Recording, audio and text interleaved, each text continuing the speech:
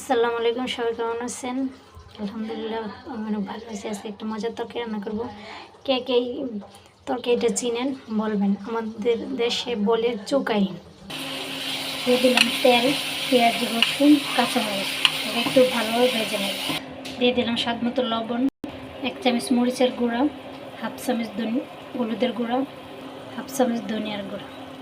ভালোভাবে মিশিয়ে নেব। দিয়ে দেবো মাছের পেটিগুলো। আজকে তরকারিটা রান্না করবো মাছের পেটি দিয়ে। মাছটাকে একটু ভালোভাবে কষিয়ে নেব। মাছটা কষানো হয়ে গেছে, এবার দিয়ে দেবো চুকাইগুলো। এবার মাছ আর চুকাইগুলো একটু ভালোভাবে কষিয়ে নেব।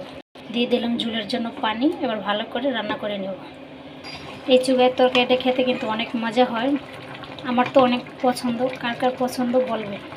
আমার তরকারি প্রায় হয়ে আসলো, ফাইনালি হয়ে গেল আমার চুকাইয়ের তরকারি। কেমন হয়েছে বলবেন। আল্লাহ হাফেজ।